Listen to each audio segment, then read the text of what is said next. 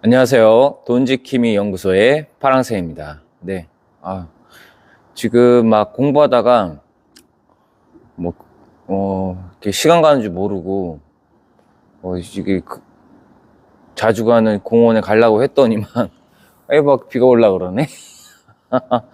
그래서 저기, 빌라 옥상에 잠깐 나왔어요. 그냥, 여기서 그냥, 방송하는 게 나을 것 같아서, 집에서 하면은 방송이 좀, 저는 이게 외부에서 하는 걸 좋아해서, 뭐, 나중에는 다시 방에서도 할 수도 있겠지만은, 보통 야외에서 하는 걸 좋아해가지고, 네. 요즘 전쟁 이야기는 뉴스에서 많이들 보시니까는, 이제 그런 얘기는 조금 적게 하고, 오늘은 좀 어떤 얘기를 하려고 하면, 우리, 상법 개정이랑 그 IFRS 18이랑 요거를 조금, 어떻게, 우리 시청자분들한테, 흐름을 쉽게 이제 이야기를 해드리려고 해요. 이게 저도 이거 공부하면서 좀 이해하기가 되게 힘들어요, 이게. 근데 그냥 흐름 자체가 이렇게 되고 주식시장 자체가 이제 내년서부터는 이런 흐름으로 간다. 그거를 이야기하려고 라이브를 켰어요. 비가 조금씩 내리네요. 운치는 있네. 너무 많이 내리면 라이브를 못 하는데, 예, 예. 이 3차 3법 개정이랑 IFRS 18은 우선 IFRS 18을 좀 그냥 흐름을 아셔야 돼요. 그게 내년 2027년에 1월 1일부로 이제 도입이 되면 첫 번째 가장 변화하는 건 이제 전자주총이 된다는 거죠. 이제 우리도 소액주주도 맨날 거기 가려면 주총장에 찾아가야 되는데 우리도 클릭해서 이 의결에 우리도 할 수 있다. 그게 굉장히 핵심적이에요. 우리 막 일상생활에 일하고 이러면 주총장에 가겠어요. 내가 조금이라도 주식을 갖고 있어도. 근데 의결권이 그런 거를 행사할 수 있으니까, 네. 그럼으로써 이게 더 투명해지고, 그리고 이게 어떻게 되냐면, 이 IFRS 18이 상법 개정과 어떻게 이어지냐. 이론 전자주총이 일어나고, 그리고 이 회계 기준이 이 감사 회계 기준과 IFRS 18을 도입된 감사 회계 기준과 그 기업에 대한 그 기준과 그리고 또 그 NPM이라는 그 지표를 경영자 성과 지표를 그거는 회사에서 만드는 건데 예전에는 그냥 막 뭔가 빼버려도 그냥 지나가고 그랬는데 이 IFRS 18인 회계 이 기준대로 한 이 지표와 이 회사에서 만든 NPM 경영 성과 지표가 이게 간극이 생기면 안 된다는 거예요, 이제는. 단순화 된다는 거예요. 그러니까 옛날엔 이걸 빼고 일회성으로 이렇게 비우고 이걸 왜 했냐가 이제 물어지는 거죠. 네. 그래서 이 회사에서 돈을 얻다가 이제 숨겨놓지 못한다는 거죠. 이 간극이 생기게 되면 이 회사 안의 감사가, 네, 그거에 대해서 이의 제기를 하는 거죠. 그리고 소액주주들이나 거기에 들어가 있는 다른 사모펀드들이 공격을 할 수 있다. 이게 왜 중요하냐면 이게 삼법 개정이 없으면 이게 잘 안 돼요.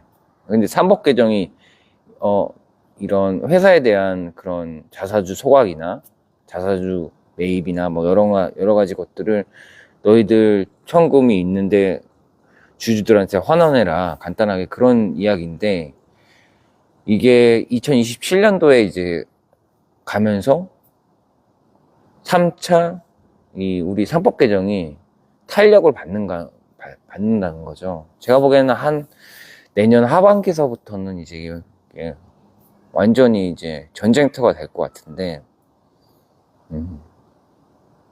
그래서 가볍게 그냥 생각하시면 돼요. 이게 3차 상법 개정이라는 도구는 생겼고, 이제 IFRS 18에는 회계 기준은 내년에 이제 다 우리나라 도입이 된다. 이게 맞물리면은 기업들이 예전처럼 그 돈을 못 숨긴다. 그 IFRS 18이라는 회계 기준에 준하는 그런 재무제표, 이 NPM이라는 경영자 성과 지표를 봤을 때 이게 똑같지 않으면 안 된다.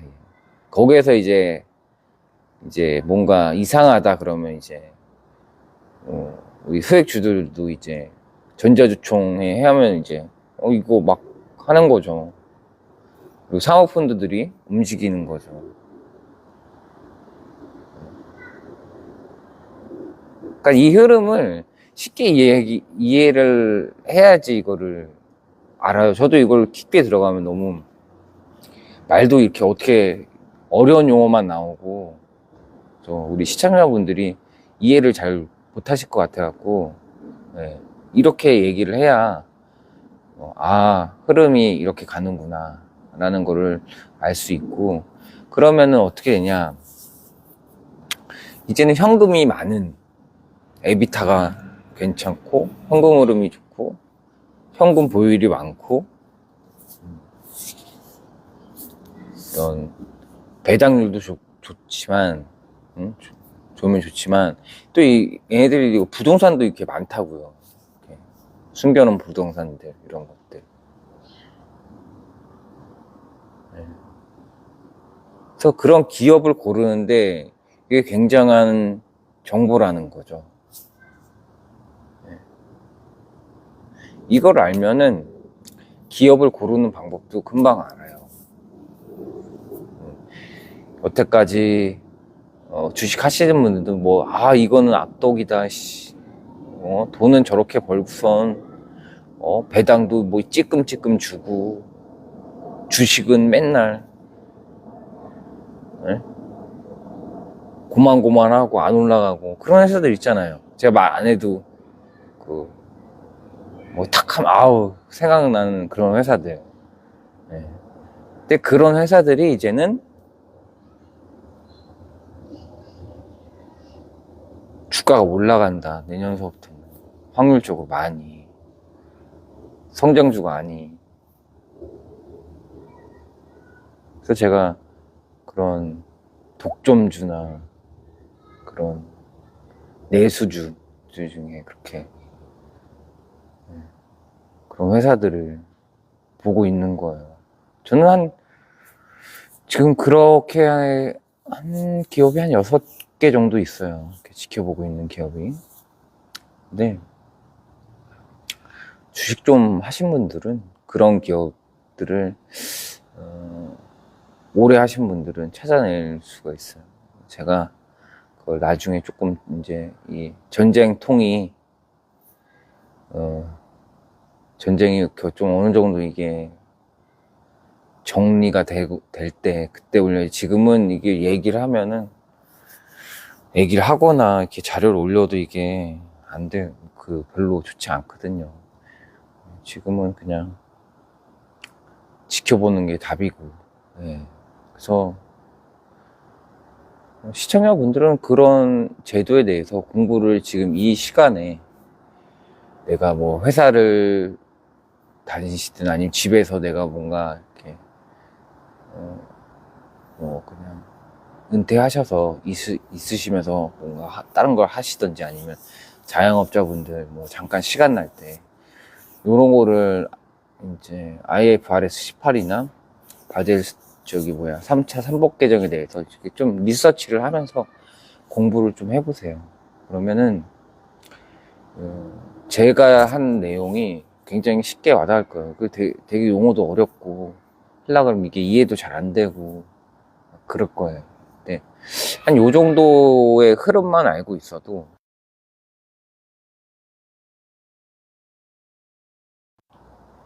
전화가 왔네.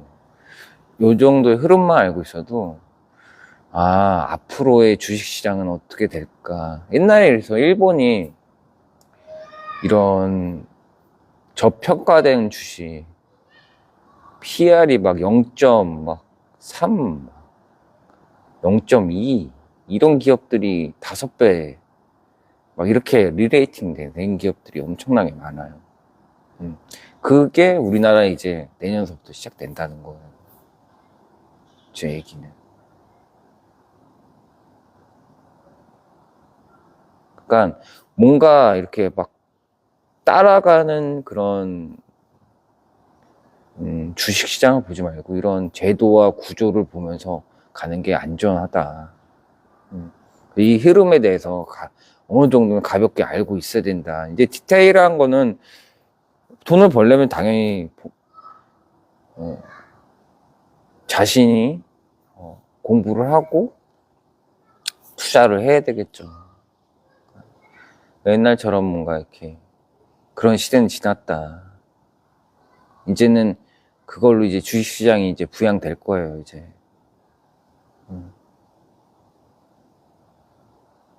그래서 이거를 알고 모르는, 흐름을 알고 모르는 거는, 주식시장에 살아남을 확률이 높아지죠. 그래서 함부로 막 이렇게 투자를 안 해. 그러니까 보수적으로 이제 하는데 이게 기회라는 거죠, 되게. 20년 만에. 이런 기회는 없어요, 다시 이제. 이게 한 2, 3년, 그렇게 내년서부터 한 2, 3년? 그렇게 될 것 같아요. 네.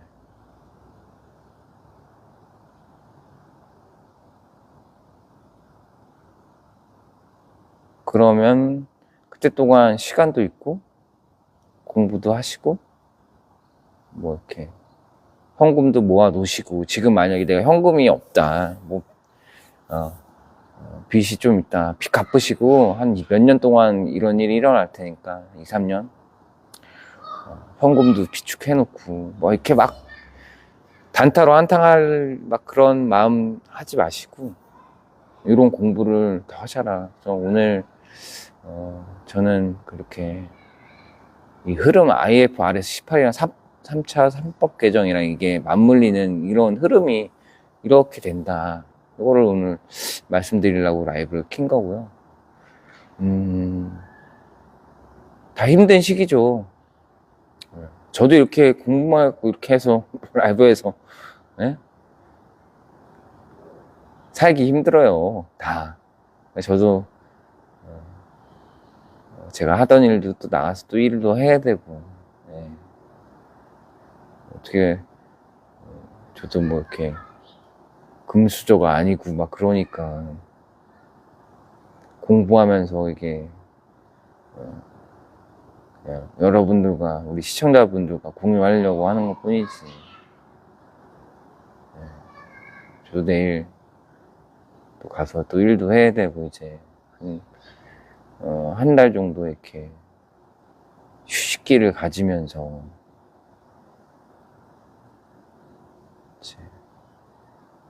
뭐 좀 정리된 걸 이렇게 라이브를 이렇게 하면서 알려드린 건데 이제 라이브 이제 횟수가 좀 줄어들 거예요. 저도 먹고 살려면 일을 해야 되니까 그것도 받아들여야죠. 현실적으로. 저는 현실적인 게 좋아요. 이렇게 비현실적인 거는 별로 요즘 시대의 트렌드랑은 안 맞다고 저도 생각을 하고 여러분들 각자 자리에서 열심히 일하시고 그러니까 기회는 항상 있어요. 근데 그 기회를 준비 안 하시면 안 된다는 거죠. 네. 그리고 무엇보다 건강. 건강이 있어야 또 이런 기회를 또 얻고. 삶이 뭐 돈이 다가 아니잖아요. 근데 기회가 왔는데 몸이 아파 버리면 힘든 거죠.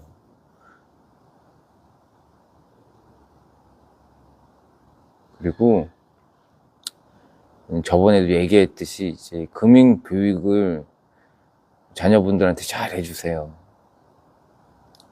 그게 대대손손 이 뭔가 바뀌는 시기예요.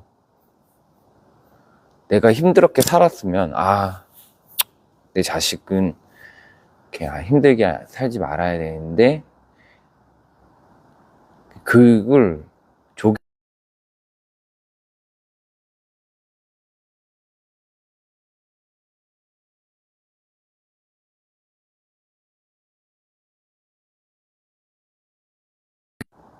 죄송합니다. 전화가 저기 계속 오네요. 좀 그래서 급한 전화인데 좀 이따 전화라고 이야기했습니다. 그러니까 이 조기 교육이 엄청 중요해요. 그게 금융에 대한 교육. 이게 국영수라는 이런 그것도 뭐 어느 정도 뭐 이 사회 살아가면서 이제 필요하긴 하겠지만은 이게 많이 없어져요. 이게 AI로 많이 대체되기 때문에 거기서 학습된 거가 있기 때문에 이런 뭔가 이렇게 두들기는 옛날에 우리 사자 들어가면 뭐 세무사, 뭐 노무사, 검사, 변호사 그런 시대는 이제 이제 지는 해라는 거죠. 이제 기술직 쉽게 얘기해서 뭐 AI 서버를 관리하고 그런 거. 그러니까 AI 이런 게 대체되지 못하는 저런 것도 기술이에요. 막 쉽게 얘기해서 뭐 타일. 네? 이제는 어떤 시대냐면 부동산이 이제 깔아앉으면 리모델링의 시대가 와요. 리모델링. 네. 화장실이나 이런데 그런 기술 갖고 계셔도 회사보다 더 낫고 이제 회사도 이제 인원 감축하면 이제 뽑지도 않을 뿐더러 뭐 그런 기술직을 안 하려고 하는 우리나라 사람들이 그런 게 있는데 외국에는 배관공, 소주만 봐도 이런 직업 가진 사람들이 더 돈을 많이 받아요. 그게 정상적인 나라죠. 네. 그래서 여러분들, 자녀분들은 이제 학벌 시대가 끝났다. 저 때까지만 해도 뭐 학벌이죠. 학벌 시대는 이제 거의 마무리 단계고 이제 기술 시대로 들어간다. 뭐 미장이 됐든 용접이 됐든 특수 용접이 됐든 뭔가 그런 직업들이 이제 다시 이제 산다는 거죠. 네. 그래서 금융교육도 중요하고 내가 지금 나이가 좀 젊으면 어떤 일을 방향을 해야 되나 그런 거에 대해서 자격증 따가지고 처음에는 당연히 뭐든지 돈이 안 되죠. 그게 경력도 쌓아야 되고 또 나 말고도 그런 전문적으로 하는 분들이 많은데 그걸 틈새를 좀 이렇게 해가지고 단골도 만들고 이 자영업 하시는 분들이 얼마나 힘든데 그 단골 만들기가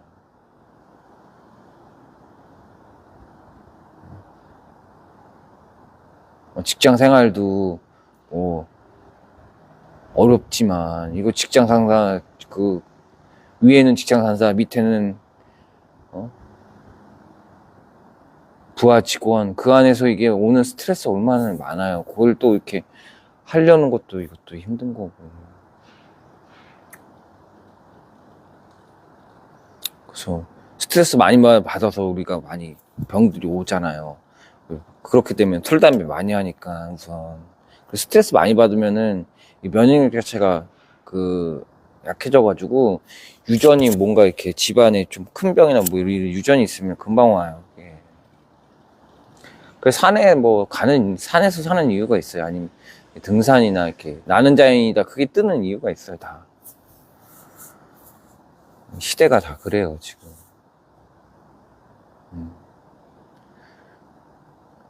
그래서 제가 이제 라이브를 이제 저도 먹고 살아야 되니까 자주 못한다. 근데 그래도 할 수 있을 뭐 시간 되면 자주, 지금처럼 자주는 못해도 예, 또 최대한 많이 해볼게요. 여러분들이 있어야 저도 이렇게 공부한 것도 내용도 같이 이야기하고 그래야죠.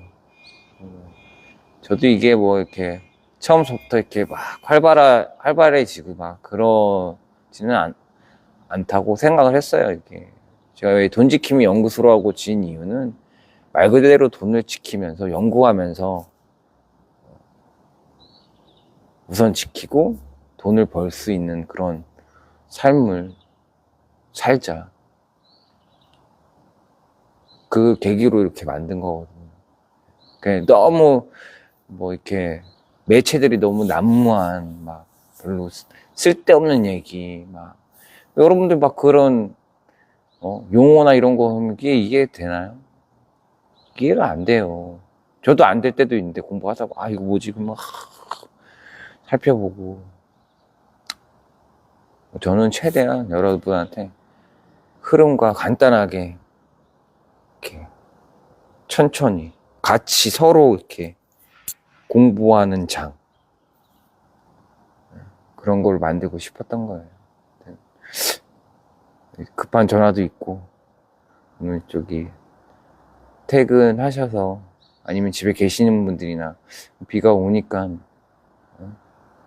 빈대떡도 싹 해가지고 저는 술을 이제 안 먹지만 막걸리 한 잔 좋잖아요. 너무 강하지 않고 하고 이렇게 또 삶을 또 즐기는 것도 또 나쁘지 않다고 생각해요. 우리 돈지킴이 연구소 시청자분들 늘 응원해 주시고 사랑해 주셔서 너무 감사합니다. 이 내용은 다시 저기 틱톡에 올릴 거니까는 그냥 그거 한번 보시면 돼요. 네. 여러분들 사랑합니다. 다음 라이브에 또 뵐게요.